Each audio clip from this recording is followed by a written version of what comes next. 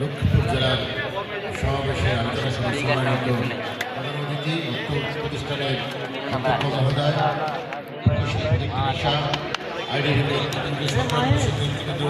আমার প্রাণপ্রিয় শিক্ষার্থীরা,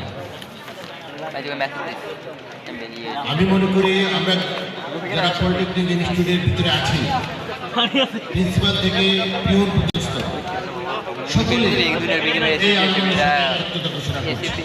কারণ হলো যে আমাদের প্রতিনিধি আমাদের সবকিছু পলিটেকনিক থেকে ডিপ্লোমা ইঞ্জিনিয়ার থেকে তাদের সাথে তোমাদের যে কোনো আন্দোলনে আমাদের অধ্যক্ষ থেকে শুরু করে যারা শিক্ষক মন্ডলী আছে, কর্মচারী আছে, সকলেই আমরা অবশ্যই আন্দোলনে এটা আমাদের অঙ্গীকার।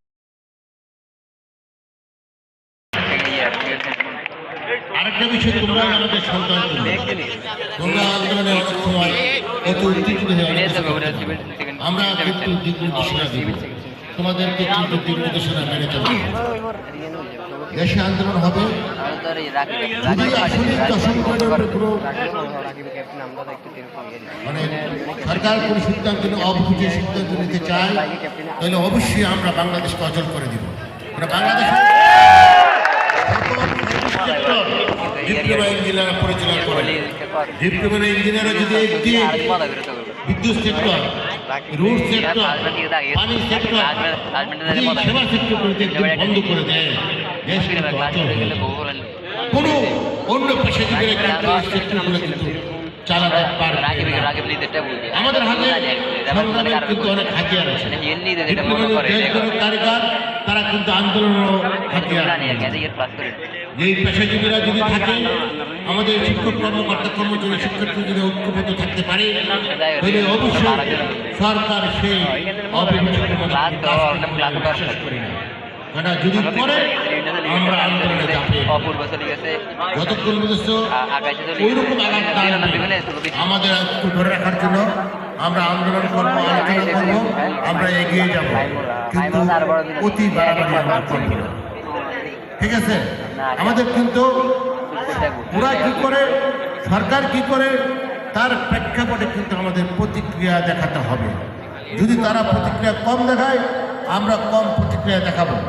যদি তারা বেশি প্রতিক্রিয়া দেখায়, আমরা অবশ্যই অবশ্যই বেশি প্রতিক্রিয়া দেখাবো।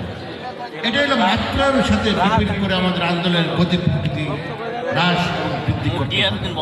এই জন্য মানে পুরা দেশে আমরা ঐক্যবদ্ধ হয়ে স্পিক করে ঐক্যবদ্ধ থাকবো, এবং আমাদের যে সংগ্রাম পরিষদের কেন্দ্রীয় কমিটি আছে, তাদের নির্দেশনা মোতাবেক আমরা আন্দোলনে ঝাঁপিয়ে পড়ব।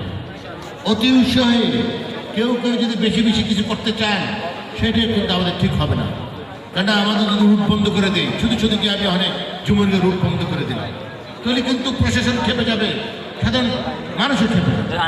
আমাদের মানে মাত্রা বুঝে আমাদের কর্মসূচি আমরা নির্ধারণ করবো।